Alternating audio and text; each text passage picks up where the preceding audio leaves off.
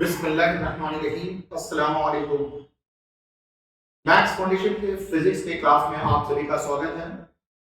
मैं इरफान आलम आपको पढ़ा रहा हूँ क्लास 12 के फिजिक्स का चैप्टर नंबर 12 जिसका नाम है एटम। एटम का फर्स्ट टॉपिक था एटॉमिक मॉडल, जिसमें मैंने आपको 3 एटॉमिक मॉडल्स के बारे में बताया है। सबसे पहला एटॉमिक मॉडल था J Thomson model of atom, दूसरा था रदरफोर्ड मॉडल ऑफ एटम और तीसरा था बोर्स मॉडल ऑफ एटम। आज हम आपको इस एटम के सेकंड टॉपिक के बारे में पढ़ाने वाले हैं और इस सेकंड टॉपिक का नाम है important formula based on Bohr's model of atom. और इसमें हम लोग फिर से 3 फॉर्मूला डिराइव करेंगे। पहला जो फॉर्मूला होगा वो radius of nth Bohr's orbit के नाम से जाना जाता है। मतलब nth बोर्स ऑर्बिट का रेडियस क्या होता है ये कैलकुलेट करें। दूसरा, speed of electron in nth orbit क्या होगा ये मालूम करेंगे। और तीसरा, energy of electron in nth orbit क्या होता है ये हम आपको बताएं। तो आइए हम लोग शुरुआत करते हैं सबसे पहले फॉर्मूला से, जिसका नाम है calculation of radius of bourse nth orbit. हम लोगों ने बोर्स का क्वांटाइजेशन कंडीशन जाना है, जिसमें बोर्स का कहना है कि इलेक्ट्रॉन न्यूक्लियस के चारों तरफ वही ऑर्बिट ऑक्यूपाई करते हैं जिस ऑर्बिट में इलेक्ट्रॉन का एंगुलर मोमेंटम h/2 पाई का इंटीग्रल मल्टीपल होता है। मतलब एंगुलर मोमेंटम या तो h/2 पाई हो या 2h/2 पाई हो या 3h/2 पाई हो या 4h/2 पाई हो, मतलब h/2 पाई का इंटीग्रल मल्टीपल। इसी बात को देखते हुए आप देख रहे हैं ये इलेक्ट्रॉन न्यूक्लियस के चारों तरफ रिवॉल्व कर रहा है। इलेक्ट्रॉन का मास m है और इसकी स्पीड v है। मास और स्पीड इसके प्रोडक्ट को कहा जाता है लीनियर मोमेंटम। इलेक्ट्रॉन का मास m और इसकी स्पीड v है। मास और स्पीड के प्रोडक्ट को कहा जाता है लीनियर मोमेंटम। ये ई नहीं हम लोग इसे n कर दें। और अगर आपने इस ऑर्बिट के रेडियस से इस लीनियर मोमेंटम को मल्टीप्लाई कर दिया तो ये पूरा का पूरा फिजिकल क्वांटिटी ये एंगुलर मोमेंटम कहलाएगा। m जो कि मास ऑफ इलेक्ट्रॉन है, v speed of electron in nth orbit है, rn radius of nth orbit है, n प्रिंसिपल क्वांटम नंबर है, ये 1 2 3 4 इंटीजर में होगा और h प्लैंक्स कांस्टेंट है जिसका value 6.63 into 10 to the power -30 joule seconds होता है। बोर्स का कहना है कि एटम वही ऑर्बिट ऑक्यूपाई करेंगे जिसके लिए एंगुलर मोमेंटम का वैल्यू h/2 पाई का इंटीग्रल मल्टीपल होगा, मतलब nh/2 पाई होगा। अगर इस इक्वेशन के लिए आप इस इक्वेशन को Vn के लिए सॉल्व करेंगे तो राइट साइड में nh/2 पाई है, Me और Rn लेफ्ट साइड में आ जाएगा तो Vn इज इक्वल टू हो जाएगा nh/2 पाई Me/Rn। ये है speed of electron. nth orbit में इलेक्ट्रॉन की स्पीड nh/2 पाई 1/me और n होता है। आइए आगे देखते हैं। हम सभी को मालूम है कि अगर कोई बॉडी, मान लिया जाए कि कोई बॉडी जिसका मास m है और वो सर्कुलर पाथ पर मूव कर रही है और सर्कुलर पाथ का रेडियस r है और इस सर्कुलर पाथ पर बॉडी की स्पीड v है, तो इस बॉडी को सेंटर की तरफ एक फोर्स की जरूरत होगी जिस फोर्स का नाम है सेंट्रीपिटल फोर्स, और वो सेंट्रीपिटल फोर्स होता है mv²/r। तो आपने यहां पर देखा है कि इलेक्ट्रॉन जिसका मास m है, इसकी स्पीड vn है और सर्कुलर पाथ पर इसका रेडियस, जिस सर्कुलर पाथ पर मूव कर रही है उसका रेडियस rn है।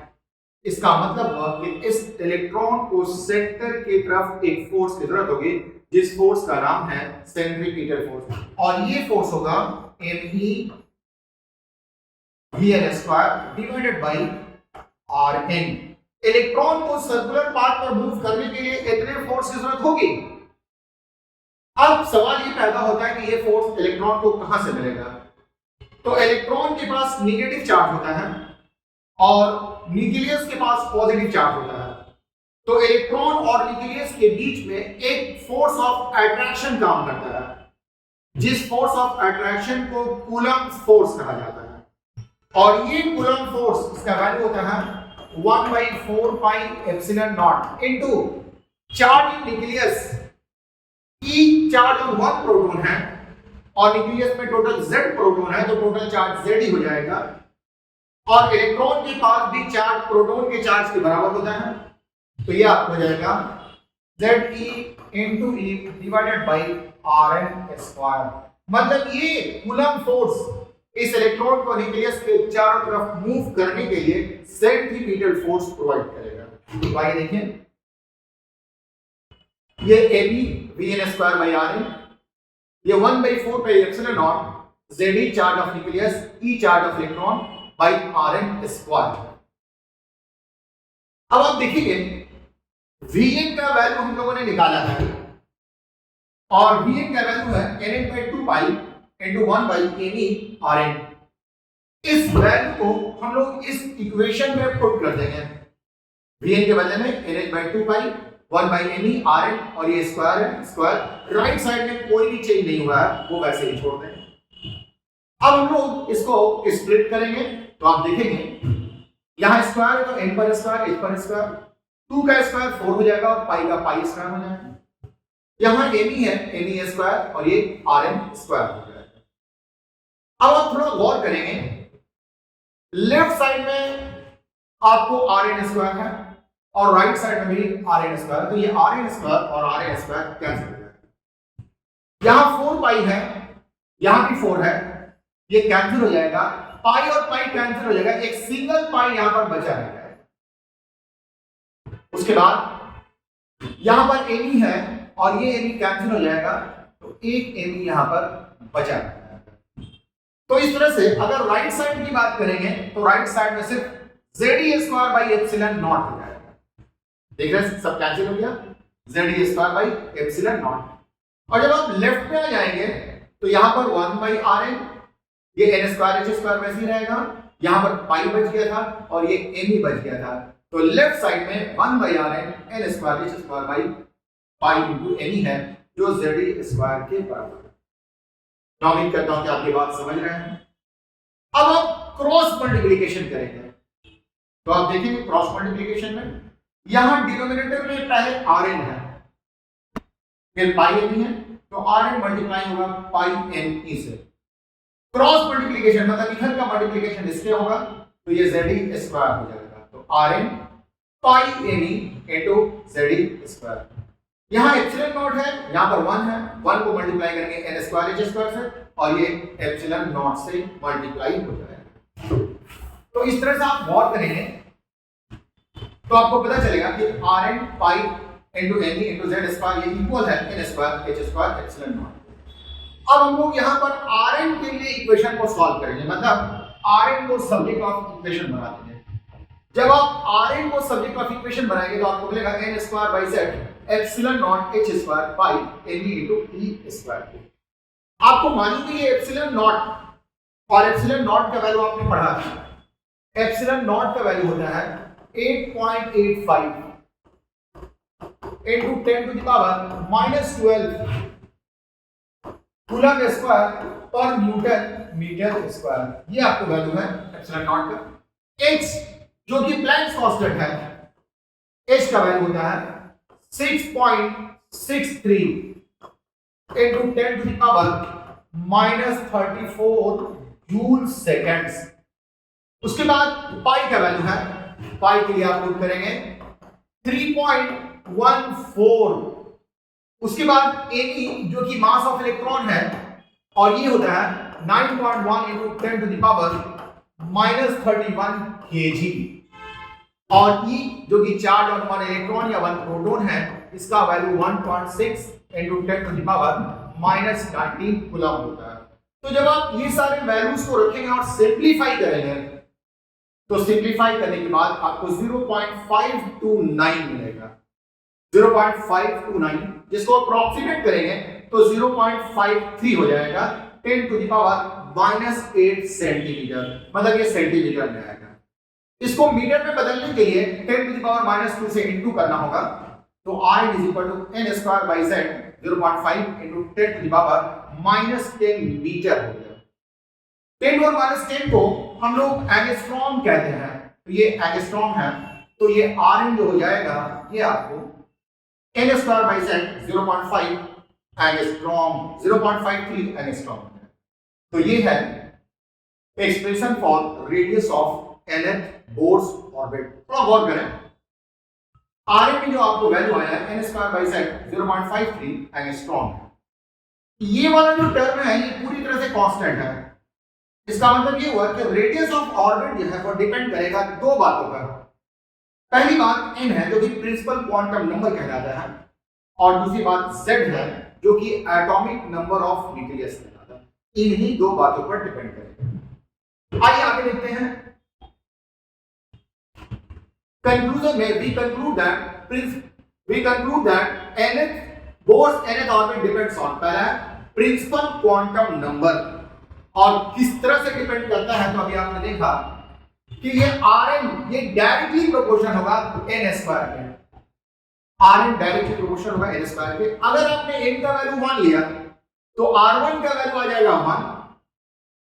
अगर आपने n का वैल्यू 2 लिया तो R2 का वैल्यू 2 का स्क्वायर करेंगे ये 4 हो जाएगा।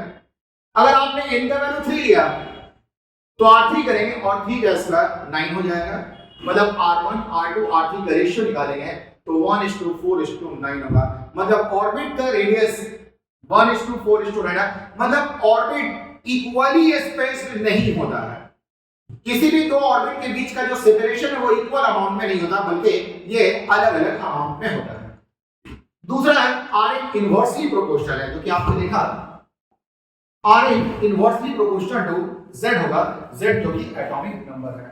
तो Rn directly proportional to n square and inversely proportional to Z।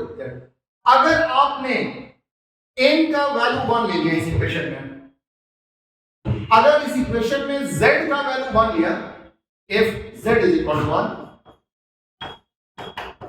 और n का भी वैल्यू आप 1 ले लेंगे तो 1 का स्क्वायर 1 और Z का भी वैल्यू 1, तो R1 का वैल्यू आ जाएगा 0.53 into 10 to the power -10, या यूं कहे 0.53 एंगस्ट्रॉम हो जाएगा। Z1 लेने पर N1 लेने पर R1 का वैल्यू आपको आ जाएगा 0.53 एंगस्ट्रॉम, ये हो जाएगा। और इस चीज को हम लोग A0 से लिखते हैं, और इस R1 को कहा जाता है, ये R1 है, R1 को A0 से रिप्रेजेंट किया जाता है और नोन एज बोर्स रेडियस। ये जो R1 A0 के बराबर आया है ये बोर्स रेडियस कहलाता है। तो Z का वैल्यू 1 लिया है और Z का वैल्यू 1 होता है हाइड्रोजन एटम है। मतलब ये हुआ कि हाइड्रोजन एटम का जो रेडियस होगा वो 0.5 into 10 to the power -10 यानी 0.5 एंगस्ट्रॉम होगा। तो यहां से हम लोग बोर्स रेडियस का डेफिनेशन निकाल सकते हैं। बोर्स के रेडियस का डेफिनेशन क्या है? The mean distance between nucleus and orbit of electron in the atom in H atom. H atom में इलेक्ट्रॉन रिवॉल्व कर रहे हैं और इसका एक मीन रेडियस हम लोग मालूम कर रहे हैं इन इट्स ग्राउंड स्टेट। इसी मीन रेडियस को कहा जाता है Bohr's radius. The mean distance between nucleus and orbit of electron in the atom in the H atom in its ground state is called Bohr's radius, और Bohr's radius का value होता है 0.53 angstrom होता है। तो मैं उम्मीद करता हूं कि आप Bohr's के रेडियस को मालूम रखेंगे। ये आपको E0 by h square pi M सारे वैल्यूज को पुट करेंगे तो आपको ये आ जाएगा। आइए आगे देखते हैं। नेक्स्ट क्या है? Calculation of smallest orbit in H atom. H atom में सबसे छोटा ऑर्बिट कौन सा होता है ये मालूम करते हैं। तो अभी हमने देखा कि Rn is equal to n square by z है, ये epsilon naught h square pi ne p square है। वैल्यू पुट कर रहे हैं 8.85, h का value 6.63 into 10⁻34 joule second, pi का value 3.14, mass of electron 9.1 into 10⁻31 kg और e का वैल्यू 1.6 into 10⁻19 कूलम इसका स्क्वायर। इन सारे वैल्यूज को पुट करेंगे और z का वैल्यू 1 लेंगे तो ये आपको Rn का वैल्यू आ जाएगा n square 0.5 into 10 to the power -10 metre. अब n का जो सबसे कम वैल्यू होता है वो 1 है।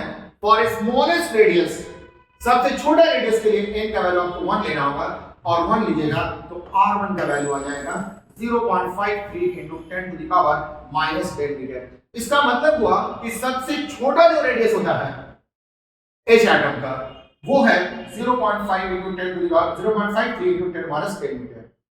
इसका मतलब हुआ कि एटम का जो साइज होता है, जब भी आपको किसी स्फेरिकल बॉडी का साइज पूछा जाए, इसका मतलब हुआ कि उसके रेडियस के बारे में पूछा जा रहा है। तो एटम का जो साइज होता है वो मतलब रेडियस होता है 10 to the power -10 मीटर के रेडियस। तो आपने देख लिया calculation of smallest orbit of H atom. Same बात है, इसी फार्मूला में वैल्यूज पुट किया, सिंपलीफाई किया। जब n का वैल्यू 1 ले लेंगे तो ये स्मॉलेस्ट ऑर्बिट हो जाएगा और इसका value 0.53 into 10 to the power -10 metre. आइए आगे लिखते हैं। तो यहां पर खत्म हो गया, आज के लिए इतना ही है, बाकी बातें हम आपको अगली क्लास में बताएंगे। ठीक, ओके, थैंक यू।